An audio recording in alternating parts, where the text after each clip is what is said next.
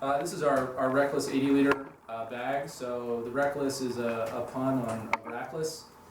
Basically, this is a bag that does not require Pannier racks. It's got the same 3-bag packing system that you would get with a traditional luggage rack system, but just without needing the racks. It will also work on bikes that do have racks, so it's not that you can't have racks, but if you don't have them, you can shave off a bunch of weight and have a good, stable way of carrying your gear without having to have the extra weight and extra money of buying a Pannier rack.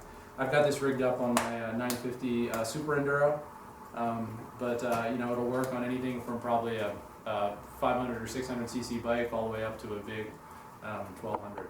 So it's a really versatile bag. The mounting system works on a lot of different bike shapes. I've got this one rigged about as far forward as I can on this bike right now without actually bumping into my back. For attaching the large Rackless 80-liter bag to the bike, there's a couple things to note. One is if you have, like this bike has really high exposed exhaust, and so there's a danger of the exhaust coming into contact with the bag and causing a hole, or of the bag pushing in on the plastic and the plastic touching the pipe and that damaging the plastic. And so we have these heat shields. You can kind of see it. This is one that I've got rigged up on there right now. On this bike, personally, I will probably run 2 of these heat shields on each side. There's 2 pipes, so I'll run 2 heat shields on both sides. This bike runs really hot and has really exposed exhaust. But for most bikes that just have a single pipe, 1 heat shield should do the trick. On this bike, I've got these kind of handle things on the back, so I'm able to attach the large Rackless to these. Most larger bikes will have some kind of assembly back here that you can kind of loop the bag through. Or if you have a rear luggage rack like this one from Black Dog Cycle Works, which I use on this bike, sits up here like this. Obviously the bag can rig on that.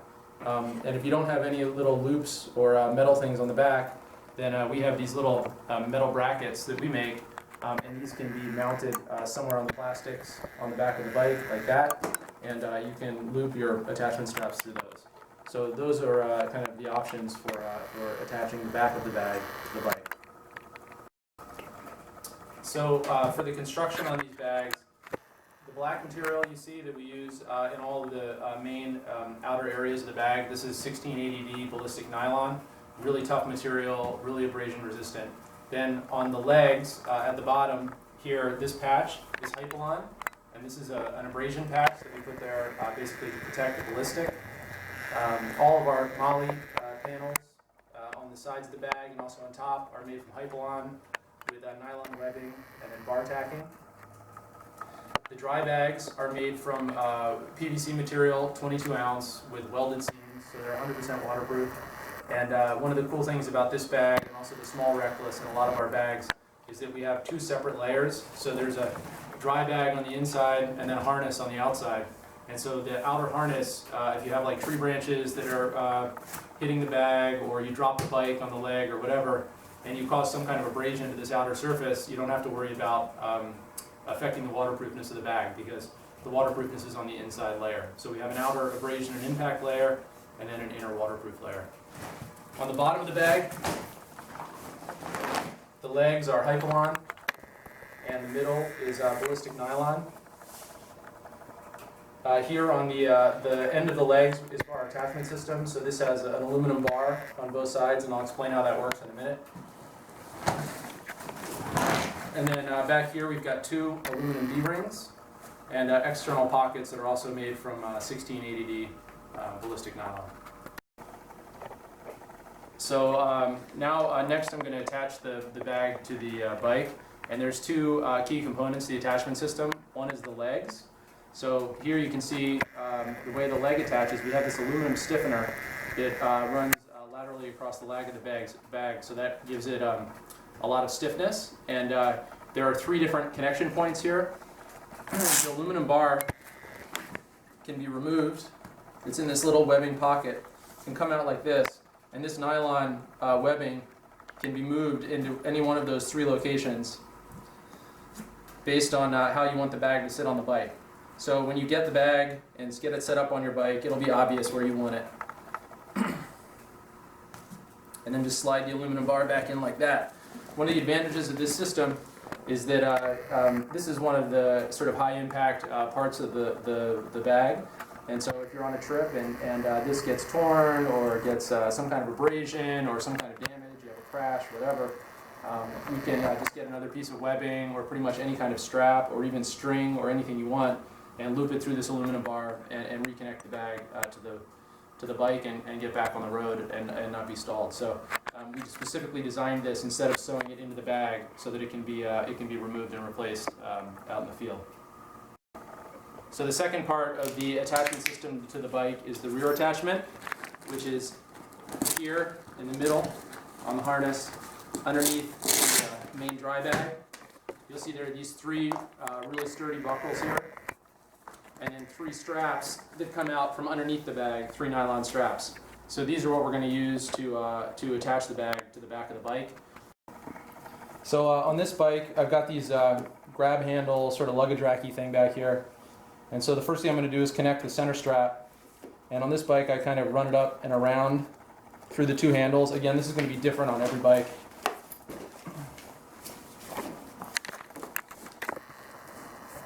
So I'm going to kind of just pull it back to the end there, and I'm going to stick the strap through the beaver tail and then connect it to the center buckle.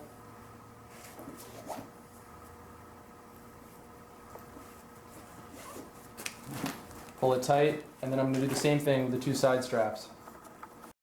So now I'm going to connect the leg to the bike. So to do that, there's this strap that comes out from the aluminum bar that I talked about earlier in the video.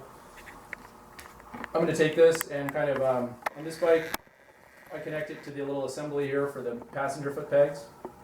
That's usually a really natural connection spot because the bag is sort of sitting right where a passenger would sit if you're carrying a passenger.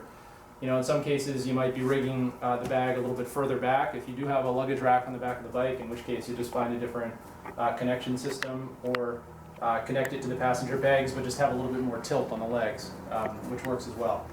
I usually do like a little figure 8, like that, and then connect it to my cam buckle here, pull it tight. And again, here with this extra length, we left lots of extra webbing because everybody's going to set this up a little bit differently on their own bike. So you can kind of cut this and burn it with a lighter for whatever length you want, or you can just kind of do a quick half hitch on it and just deal with the extra webbing that way.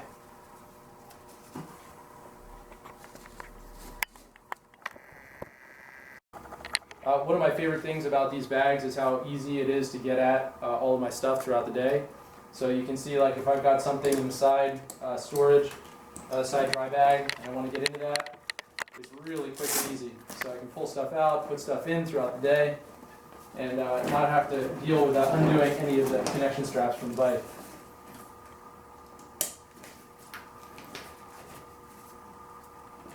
Same thing with the rear duffel.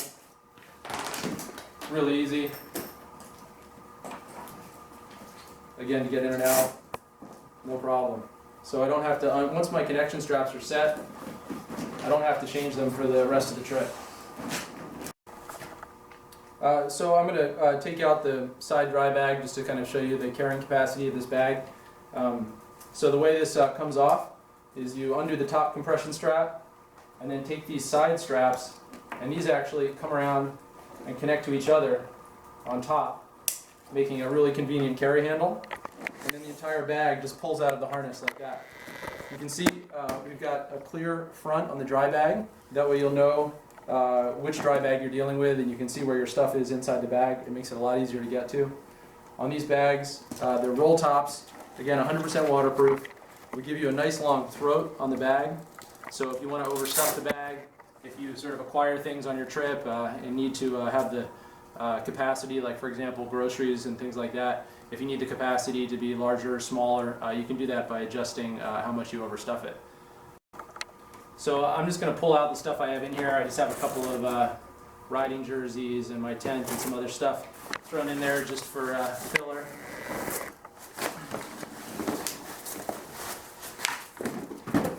So this is what the bag looks like when it's empty.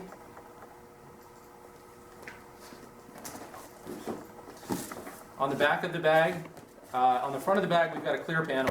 On the back of the bag, we've got a hard stiffener inside, and that does two things. One is when it's actually inside the harness, it gives the whole harness and the dry bag a lot of structure, so the bag's not going to flop around.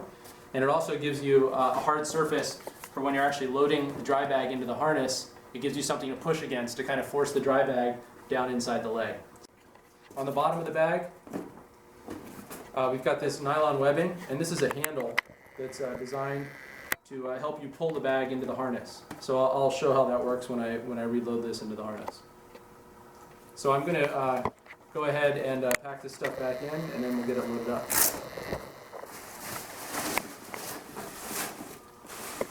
So when I'm putting the dry bag back into the harness, there's two options. One is to load the dry bag in and then pack it when it's actually in the harness. The other is to sort of leave it loosely packed. So you'll notice I haven't put everything into the dry bag, like my thermal rest I'm leaving out. I'm packing it all the way up to the top. So what I'm not doing is compressing and stuffing all of my gear in there like that. I'm going to leave it pretty loose, and you take full advantage of the top of the bag. And then I'm going to load it and make sure that the handle goes in first. First I'm going to make sure that all my side compression straps are pretty loose here.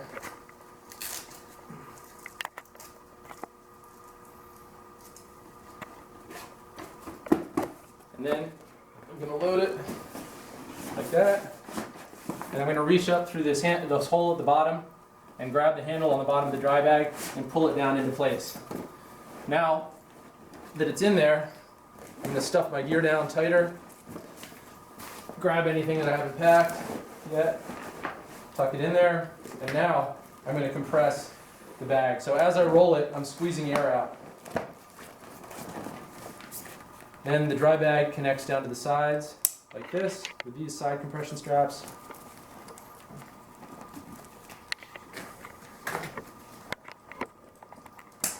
And then finally, I'm going to do the top and side compression there, and there, and tighten this one up as well. This side compression strap goes all the way around the bag. You can see there's a metal buckle here that's removable, so if you're going to use this molly panel, we give you lots of extra webbing so the strap can go over your molly pouch. And then it comes up and runs behind the outer ballistic here on the outside of the bag. And the reason we did that is because we didn't want this strap to be exposed if you drop the bike on this surface. This is designed to absorb all the impact, and we didn't want to risk having the webbing get torn. So we have it actually run behind the ballistic here, and then it goes around the rear pocket. And the reason we did that is that if you're not using the rear pocket, you can again cinch this up really tight and just kind of tuck the pocket in there and remove that capacity from the bag if you don't need it. All of our straps are compression straps. Pretty much every strap on the bag comes with this really handy strap keeper system. If you've seen our other bags, you know how this works. The idea is what we don't want to have is a bunch of straps kind of flapping around in the wind like this when we're riding. And so the solution is we put these little Velcro dealios on there. So you can just wind it up like this. And then tuck the Velcro behind the main body of the strap, like that, and like that. And that way your extra webbing just stays connected like that, and you don't have straps flapping around everywhere. So this is the rear duffel. So this is a little roll top, and it, just like the side bags, it has its own closure system. So the wings come up, connect like that, and it gives you a handle to carry it. On the bottom, it's got a Velcro patch, and the Velcro patch corresponds to a Velcro patch on the harness. The two of them meet up like that, and the reason we did that is that when the bike is on its side stand, we wanted this bag to be able to kind of sit here and not have to deal with it, sliding off the bike. It makes it a little bit easier to get in and out of. So this bag is also a roll top. Just got some dirt bike pants stuffed in there, again for filler. Welded seam construction, that's the capacity.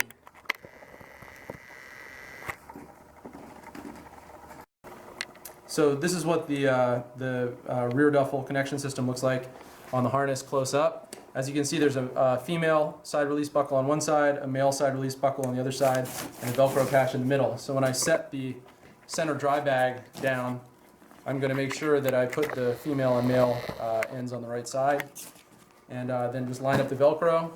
And then I like to roll it towards the back of the bike. So you're going to kind of roll, compress, to squeeze air out, and then roll. And then these buckles connect down here, like that. Pull it tight. And the reason we do that, we have it connect to the harness, is that A, it pulls the bag down really tight, like that, and B, it removes any risk of the bag actually like squeezing or shifting out from underneath the beaver tails while you're riding during the day. So it's attached to the bike, really secure, and then the beaver tails just go over the top, like that. Back of the legs, we've got an external pocket here. These pockets are the same size as the ones on our Backcountry 35 Pannier system. They're specifically sized, they're roll tops, and they're specifically sized to fit 2 of these MSR style fuel bottles. So with that, you can carry half a gallon of gas on each leg. So for a total of 1 gallon of gas carrying capacity with fuel bottles, if you want to go that route. They also work really well for tool roll or tire irons, things like that. On the other side here, I've got a tool roll, and this will just fit in the pocket very naturally like that. You can also run a couple of tubes in your tire irons, or just things that you need quick access to throughout the day. Bottle of water, snacks, even loose tools, just pretty much anything that you don't want to have to fish through your main bags to get at. It's very convenient for that. The pocket closes like this. You just roll it down, bend the wings over, click it shut. This is what the pocket looks like with the 2 1-liter fuel bottles. Here on the beaver tail, we've got a couple of cool features. First, on the rear beaver tail, here, let me remove the dry bag so you can see how this works. On the rear beaver tail, we've got a mat pocket here, or just a general storage pocket. If you don't want that, it is totally removable. It's attached with Velcro, so that can be pulled out. Good place to store maps or just general riding documents, your passport, paperwork for the bike, things like that. Then here we added these Velcro straps, and these are just little Velcro loops that run through a daisy chain, and we designed these with tent poles in mind. A lot of times people ask us, they come up and measure our bags and ask about storing tent poles. And so we designed this cool little tent pole storage feature, because tent poles are sort of long and pointy and bulky, and it's kind of tricky to figure out where you're going to put them.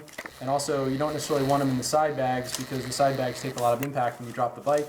And so here they're totally protected, because the side bags will protect any kind of impact. You don't have to worry about bending or breaking your tent poles. There's a daisy chain here and 2 of these Velcro straps. I kind of tug them in like that, and then go through like this, and then pull it back around tight and tuck it back under the daisy chain. So you can do that. It works great for tent poles. It also works really well for a camp chair. Got a camp chair here. This is one of the little folding ones. Again, just for these kind of round, bulky items that you don't necessarily have to worry about waterproofing for. Like, it doesn't really matter to me if my tent poles or my folding chair get wet, so I just assume store them outside of the dry bags. Then here on the front beaver tail, we've got 2 pockets, just little mesh pockets. These are good for like wet dry stuff, like your toothbrush, razor, shaving cream, sun lotion, stuff like that. So it's actually 2 separate pockets, one big one on this side and then a small one on this side. I use this. I have one of those Delorme InReach satellite locators, which actually fits perfectly in this pocket. I think a spot would probably fit in there well too. It's just a nice accessible pocket for things that don't necessarily have to stay dry when it's raining. So these 2 rear assemblies here are what we call the beaver tails. And so these are a really handy way of kind of expanding and contracting your storage capacity throughout the day. We give you a ton of extra webbing here, so you can see how much extra webbing we have. That means that this entire assembly can expand up to that size to fit any large or bulky items, for example, a motorcycle jacket. If you take it off during the day, you need somewhere to tuck it. There's not a lot of great spots to store a big bulky motorcycle jacket on the bike, so that's why we gave you this extra storage spot here. You know, when I was in Vietnam just the last couple of weeks, my girlfriend's bike broke down and we had to put it on the roof of a bus to drive it to the nearest town, and they wouldn't take her gas tank, so I pulled the gas tank off the bike and actually put it under the beaver tail here and rode for 140 kilometers like that, and it worked great. So it's just a really convenient spot. Like if you stop and buy groceries at the end of the day, you don't really have anywhere to put that kind of stuff. It's also really good for wet things. So for example, like a rain poncho. You've got a rain poncho that's all wet. You're not going to want to put it in next to your nice dry clothes and stuff like that. So just put it under the beaver tail, cinch it down like that, and off you go. It's also good for like a towel, swimsuit. If you wake up in the morning and your rain fly on your tent is all wet, again, you don't really want to put it in next to your sleeping bag, and so the beaver tail is perfect for that. Here on the back of the beaver tail, we've got these 2 aluminum D-rings, and we added those there in case you wanted to add a second little dry bag of some kind on the back, like just a normal little roll top dry bag. You'd have somewhere to connect the straps. So for example, if this was a little dry bag I wanted to connect, I'd put it here, I'd hook onto those D-rings, come around the dry bag, and hook back onto whatever kind of hooks and loops are available on the back of the bike. So that's why those 2 aluminum D-rings are there. So this bag has 3 sections of MOLLE that give you the ability to expand or customize it with different MOLLE accessories. You can use MOLLE accessories you already own, or you can look on the internet and order MOLLE accessories from anyone that will fit these panels. We offer MOLLE accessories as well. We have 2, a large storage pouch, which I'm showing here, and this large, and then a small storage pouch as well. On the back of the Rackless 80, we have a 3-panel MOLLE. So when I say 3 panels, you can see there's 3 columns of MOLLE stripping on there that corresponds with the 3 panels on our large storage pouch. This storage pouch is perfect for a hydration bladder. It also fits 2 MSR fuel bottles, which is nice because then you don't have to put your extra gas or camp stove fuel in next to your clothes and stuff inside the dry bags. It actually will also fit an MSR dromedary hydration bag, which is great for water storage. And there's a little opening here that we designed just for the dromedary. And in fact, this bag is going to have its own video, so take a look at that if you're interested in the large MOLLE bag. This can be rigged either horizontally, like this, or vertically, running either this way or the other way on the Rackless bag. So there are 3 different configuration options. Well, actually 4. You can run it this way, this way, this way, or this way, depending on the type of use. If you're running a hydration bladder in there, I recommend running it this way, and then having the hose come up so that you can reach over your back and drink water. The nice thing about rigging it this way is that the center of gravity of the bag is low, so no matter which way the bike is tilted, if it's on its side stand, the water always flows to the bottom of the hydration pouch, and that way it's always down near the nozzle opening, and you won't find yourself just sucking air. So each of the legs of the Rackless 80 have a 2-panel MOLLE as well.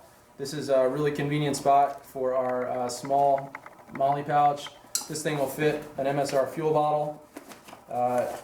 So again, you can expand your fuel carrying capacity.